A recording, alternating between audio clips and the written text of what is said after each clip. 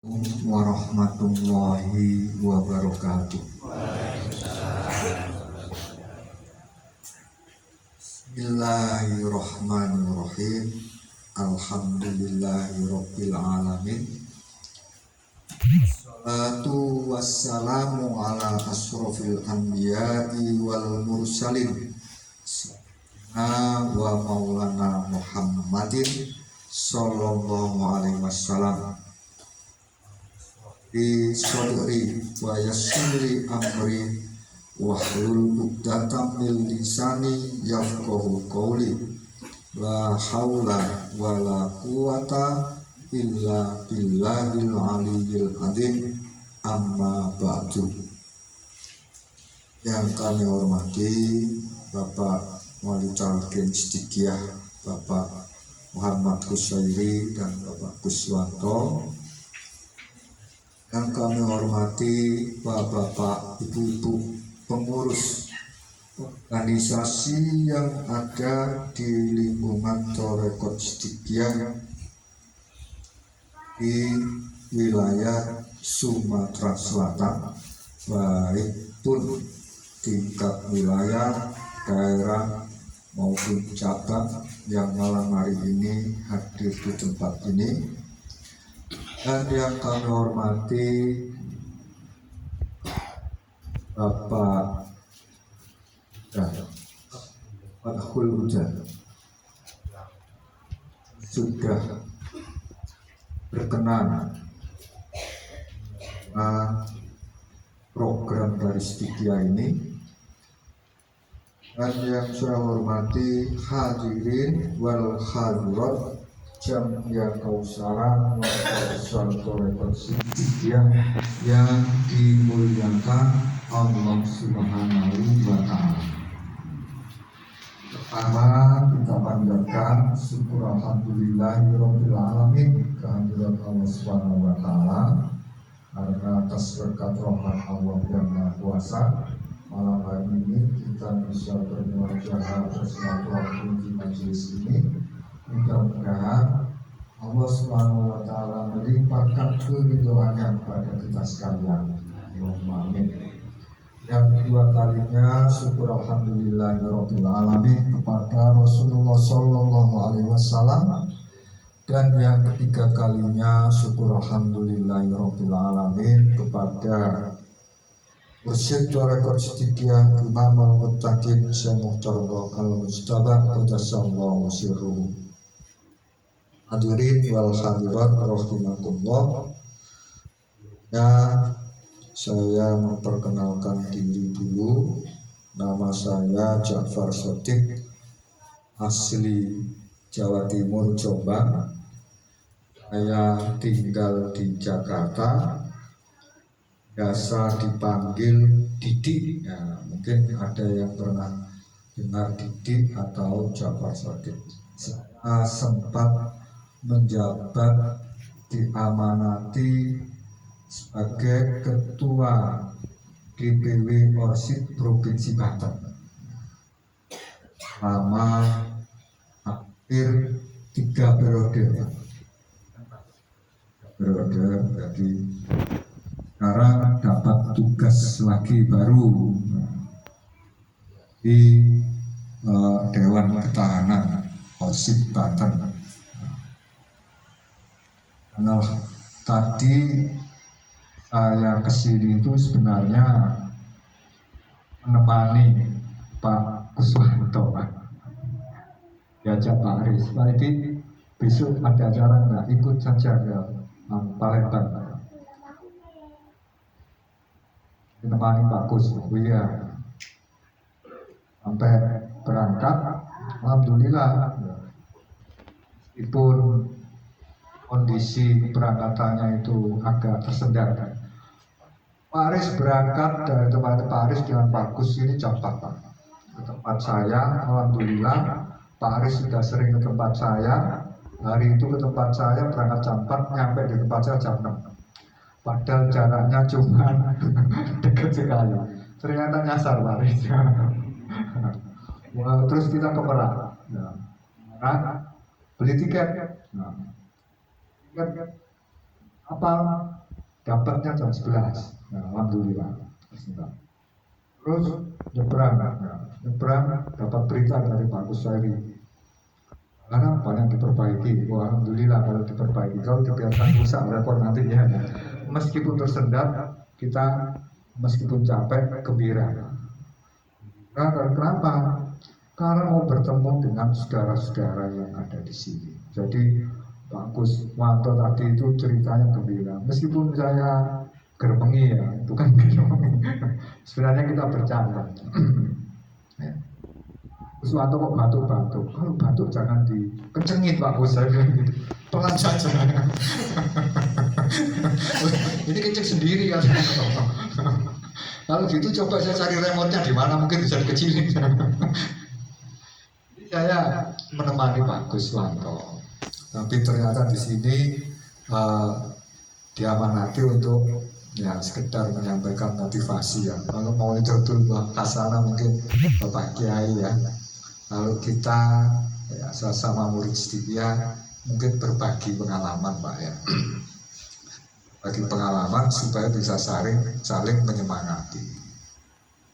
Jadi saya dulu itu mungkin di sini Bapak-bapak ada yang sudah ketemu Siddiqiyah itu sekitar tahun 80-an atau bahkan di bawah tahun 80-an mungkin ada, saya nggak tahu ya. Tadi belum saya sebutkan, jadi mungkin ada sesepuh-sesepuh di sini yang terlewati tadi yang saya sebutkan, saya mohon maaf. Saya ketemu Siddiqiyah itu alhamdulillah sejak lahir Pak, karena lahir di Jombang. Pak D saya itu namanya Mistam Ahmad, Angkatan Laut, itu Bapak Khalifah. Punya adik namanya Sunyoto Hasan Ahmad, itu bapak saya. Punya adik lagi namanya Bapak Saiful Umar Ahmadi, itu palik saya. Dan dari 3 bersaudara itu juga punya saudara sepupu, Bapak Selamat Makmun, murid Siddiqiyah yang pertama, itu termasuk Pak D saya. Meskipun bapak-bapaknya Khalifah, Pak D-nya Khalifah, nek gambar Siddiqiyah gerombolannya. Ini bukan Siddiqiyah itu bukan karena keturunannya, Islam juga bukan karena keturunannya. Kalau mau mengikuti, ya itulah. Di Islam pun begitu, seperti yang disampaikan oleh Mursyid di putranya Nabi Nuh yang mau mengikuti ya termasuk ahlinya, yang tidak mau mengikuti ya bukan ahlinya. Tahu dulu saya itu sama almarhum bapak saya masih kelas 6 SD disuruh puasa 4 hari. Saya puasa 4 hari sambil menghafalkan tuntunan pelajaran pertama, disuruh ikut piantang kelas 6 SD sama bagian pendaftaran. Umur berapa? Dituakan umurnya, padahal masih muda. Kalau sekarang memang sudah tua ya. Itu terus akhirnya alhamdulillah bisa meskipun di Siddiqiyah itu dulu sempat saya itu lupa pikir jahat dan lain sebagainya, lupa karena nggak diamalkan ya, sempat kena angin ibaratnya. Tapi alhamdulillah sampai hari ini Allah Subhanahu wa Ta'ala memberikan pertolongan, saya masih bisa berkumpul, masih bisa bersama dengan bapak-bapak semuanya di Perahu Siddiqiyah. Ini saya bisa bersilaturahmi di sini merupakan kegembiraan tersendiri, merupakan kebahagiaan buat saya. Tapi harapan saya mudah-mudahan silaturahmi ini, kehadiran saya di sini ini, ya kan, bisa membawa manfaat, bisa membawa hikmah untuk semuanya. Kalau mau bercerita soal ilmu Siddiqiyah banyak. Yang bisa bercerita tentu saja yang punya banyak pengalaman di Siddiqiyah. pada kesempatan malam hari ini saya ingin menyampaikan satu ayat dari Allah Subhanahu wa Ta'ala yang bunyinya, kalau tidak salah Pak ya, Bismillahirrahmanirrahim. Ya ayyuhan nas, wahai manusia, inna sesungguhnya khalaqnakum, aku menciptakan kamu semuanya fil kabad, kesulitan. Ayat ini diawali dengan nida, panggilan. Panggilannya universal, menyeluruh. Ya ayyuhan nas, wahai manusia. Tidak ada satupun makhluk yang namanya manusia yang di luar panggilan ini. Manusia zaman dulu, manusia zaman sekarang, maupun manusia zaman akan datang. Semuanya. Manusia kulitnya putih, kulitnya coklat, kulitnya hitam, kulitnya loreng, semuanya masuk di situ. Tidak ada satupun manusia yang tidak masuk pada nida atau seruan atau panggilan Allah itu. Ya ayyuhan nas, wahai manusia. Inna, sesungguhnya. Ketika ada ayat yang diawali dengan inna, ini tekanan yang harus diperhatikan, yang harus mendapat perhatian. Makanya diawali dengan inna, sesungguhnya. Inna, sesungguhnya aku. Khalaqnakum, menciptakan kamu semua. Kum siapa? Kum itu murojek dari ya ayyuhan nas tadi. Jadi kum itu maksudnya seluruh manusia tadi. Aku menciptakan kamu semua manusia fil kabad, di dalam kesulitan. Raja kesulitan, rakyat kesulitan, orang tua kesulitan, orang muda kesulitan, apapun, orang di kota kesulitan, orang di desa kesulitan. Maksudnya apa kesulitan itu? Maksudnya selama manusia hidup di dunia ini, jika ada manusia yang ingin lepas dari kesulitan, mustahil. Harus kita sadari. Kalaupun toh seandainya ada manusia yang bisa lepas dari kesulitan, itu pasti manusia-manusia pilihan Allah, yaitu para nabi, para rasul. Tapi kenyataan, manusia-manusia kekasih Allah, manusia-manusia pilihan Allah, malah kesulitannya luar biasa. Nabi Ayub diuji sakit, sampai tidak bisa jalan, luar biasa. Nabi Adam diuji, dibakar. Semua nabi diuji. Lah kita manusia mau diuji sama, mintanya nggak sulit itu. Kira-kira mungkin nggak bisa? Nggak mungkin. Sulit itu pasti. Tapi ketika manusia banyak mendapatkan kesulitan, manusia menemukan kesulitan, banyak manusia itu yang akhirnya apa? Bersedih ketika mendapat kesulitan. Yang takut mendapatkan kesulitan. Saking takutnya, padahal sulitnya itu cuma sedikit, tapi takutnya sangat besar. Akhirnya takutnya ini yang menambahi sulit ini. Sulitnya semakin bertambah gara-gara takut, khawatir, bersedih, menangis. Tidak mau hidupnya sulit, tidak bisa.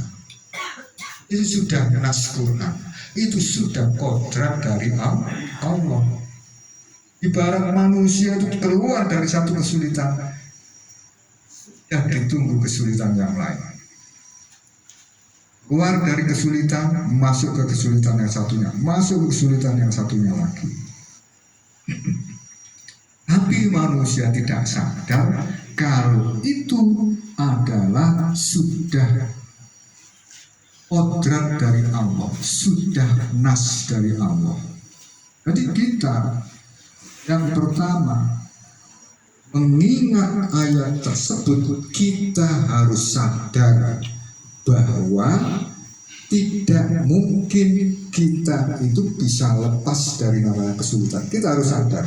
Kalau kita tahu, kita sadar bahwa kita tidak mungkin lepas dari kesulitan, ya, maka ketika kesulitan datang, kita ingat ya, memang Allah.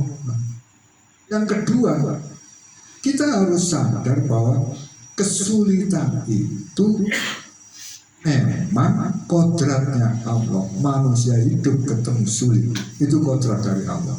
Sehingga kita tidak menyalahkan pihak lain, kita tidak menyalahkan orang lain, kita tidak menyalahkan, tidak berputus asa, karena kita sadar bahwa itu dari Allah. Imam Jalaluddin Rumi, tokoh tasawuf yang termasyhur, yang bukan hanya diakui oleh umat Islam, tapi umat di luar Islam itu juga mengakui, menokohkan, menjadikan Imam Jalaluddin Rumi itu sebagai role model, sebagai contoh, sebagai idola. Itu beliau pernah berkata, aku mencintai kesulitan